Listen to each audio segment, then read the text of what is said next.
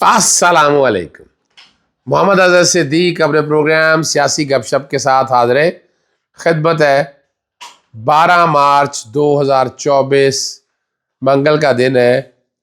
आज दिन का वक्त गुजरा इस्लामाबाद में इलेक्शन कमीशन के सामने बहुत से मामला थे।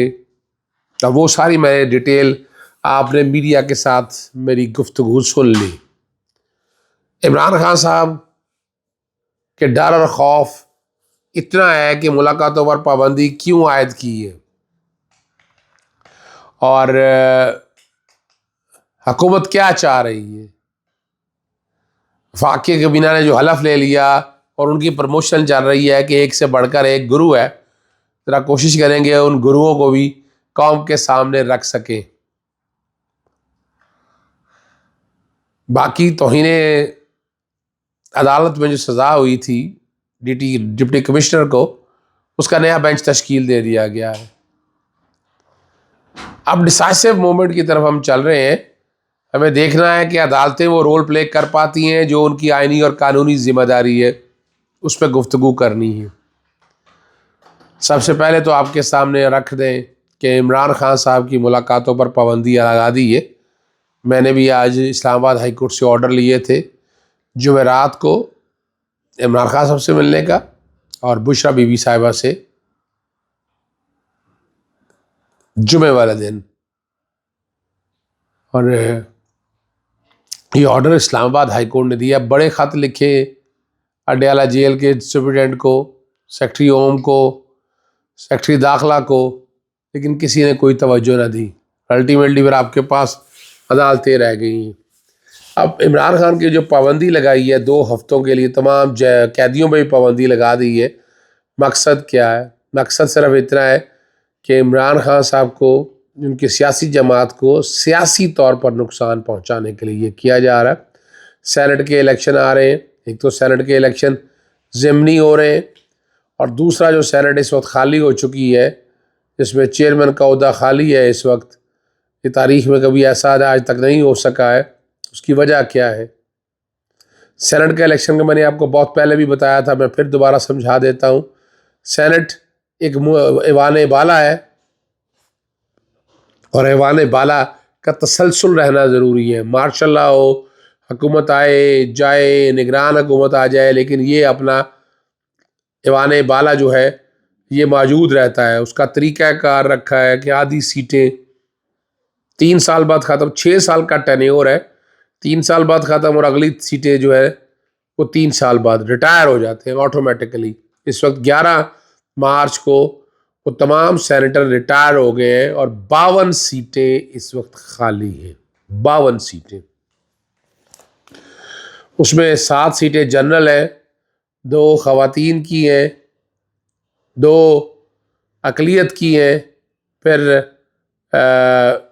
जो वफाकी दारुल हुकूमत इस्लामाबाद से 2 सीटें हैं।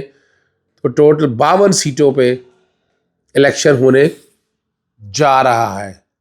सेनेट का तरीक़ाकार यही है, कागजात नामजदगी दाखिल किए जाते हैं। मिसाल के तौर पर अगर पंजाब से हैं तो पंजाब के मेंबरान उसके नॉमिनेशन पे प्रपोजर और सेकेंडर होंगे, और वो कागजात नामजदगी दाखिल किए जाएंगे।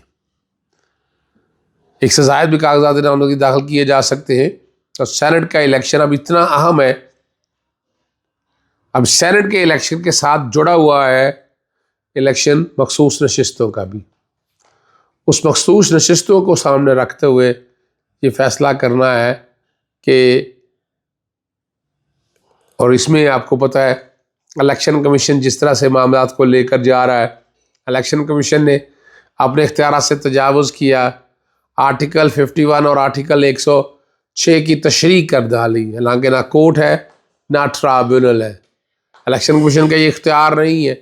ज़बरदस्ती जो सीटें हैं मखसूस लिस्टें रिवाइज़ कराई गई, और वो उन सियासी जमातों को दे देगी, उनके प्रोपोर्शनेट के कोटा के इजाफी जो उनका कोटा बनता है उसे इजाफी दे दी गई है। पाकिस्तान तहरीक इंसाफ जो कि पहले इंतखाबी निशान ले लिया गया, फिर पार्टी की हैसियत ख़त्म कर दी गई। पार्टी की हैसियत से इलेक्शन नहीं लड़ने दिया गया। और फिर वो आज़ाद उम्मीदवार के तौर पर इलेक्शन लड़ा।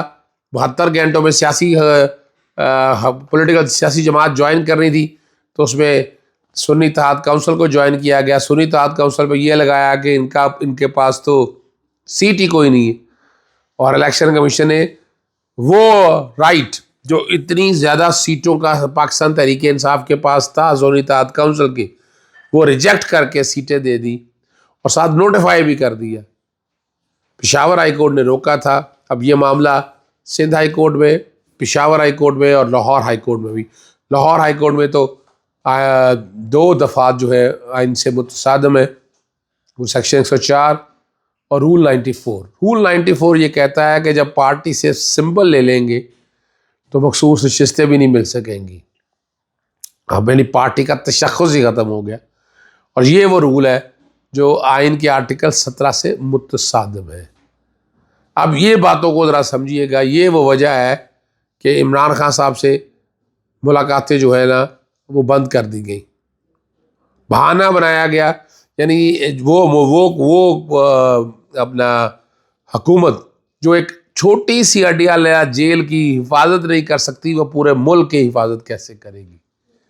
ये बड़ा अहम सवाल है कि छोटा सी अडियाला जेल, यानी ये कोई मुश्किल काम है? यानी आप दहशतगर्दी का 18 खौफ अगर है तो लोगों को रोक देंगे, लोगों की मूवमेंट कर्टेल कर देंगे, लोगों को आने दे, मिलने दे। बातें तो अब तक मेरे तक इतला तो ये भी है कि 25 के करीब लोग, ये जो चेहरे नकाब डाल के तशद्दुद किया जाता है, वो बदले गए हैं। वो ख़ास तौर पर बाहर से आए हैं, जो यहाँ अगर अपना काम करेंगे और आराम से निकल जाएंगे, आप चेहरे भी नहीं पहचान सकेंगे। नहीं, पुलिस का कोई काम नहीं है चेहरे छुपा कर तशद्दुद करना, चेहरे ढापे होना। क्या मकसद है इसका? क्या मकसद है इसका? बातें तो देखिए आपके सामने बड़ी होती रही, जनरल बाजवा साहब के बारे में, जनरल फैज़ हमीद के बारे में। कहाँ है आज? सारे आराम से बैठे हुए। हमें और आपको बेवकूफ़ बना दिया गया, और हम आप बेवकूफ़ बने इस सिस्टम के, समझते रहे कि ये ऐसा है। ऐसा नहीं है।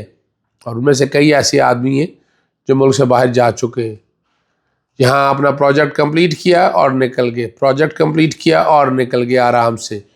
और ये बड़ा डिसाइसिव मोमेंट है। अरशद शरीफ के बारे में देखें, कत्ल किन लोगों ने किया, वो चेहरे बेनकाब होने चाहिए, वो सामने आने चाहिए।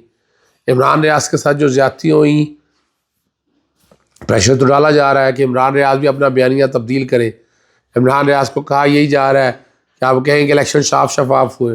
इमरान रियाज को यही कहा जा रहा है कि आप कहें ये हुकूमत लेजिटिमेट आ गई है, इसको चलने दें। यानी अब ये है ना, ये भाई वो सच भी ना बोले, हक़ाइक़ भी ना बताए, ज़बरदस्ती पासपोर्ट कंट्रोल लिस्ट में नाम तो डाला हुआ है, लेकिन केस तो कोई नहीं।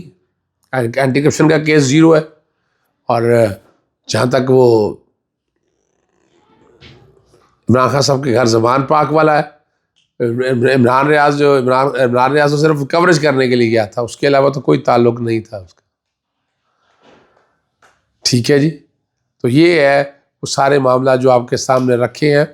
अपना डिप्टी कमिश्नर इस्लामाबाद के बेंच तश्कील दे दी है। जस्टिस तारिक महमूद जहांगीरी की जगह जस्टिस मियां हंगुल हसन औरंगज़ेब आएंगे चीफ जस्टिस के साथ। और वो तौहीन-ए-अदालत मुश्किल है उसमें से हटना, उसमें से बचना इनका कोई चांस नहीं है।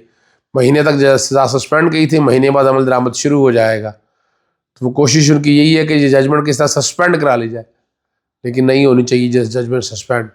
आपकी अगर ब्यूरोक्रेसी का लाइन में नहीं जाएगी तो फिर यह निज़ाम नहीं चल सकता। ये निज़ाम को चलाने के लिए ज़रूरी है, वरना तो आप मुश्किल हालात के लिए कायम तैयार रहें।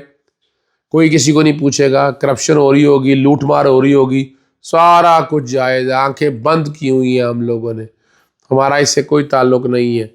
अल्लाह ताला इस मुल्क को सलामत रखे, आसानी रखे, हम सब की हिफाजत करे। लेकिन हालात यहाँ ऐसे नहीं नज़र आते हैं। हालात बहुत मुश्किल है, बहुत दिक्कत वाले हैं। हम तो प्रैक्टिकली चीज़ों को देख रहे हैं, प्रैक्टिकली उस कॉर्नर से भी देख रहे हैं और वहाँ से भी अंदाज़ा लगा रहे हैं कि हालात क्या हैं। आखिर में सिर्फ इतना कहूँगा, होश के नाखुन लें। ये जो वजारतों की आप बड़ी तारीफ़ करते फिर रहे हैं, वजारत ख़ारजा में हकदार क्या करेगा जो पहले कुछ कर दिया, पहले मुल्क की मईशत तबाह कर दिया। सर इकबाल मनसूबाबंदी में क्या कर सकेगा जो अब कर सकेगा। मोहसिन नकवी को ख़ास तौर पर वज़ारत दाखिला में लाया गया, एक एजेंडे के लिए लाया गया। उस एजेंडा पहले ही एक्सपोज हो चुका है, तो क्या रह गया इन चीज़ों को सामने रखते हुए।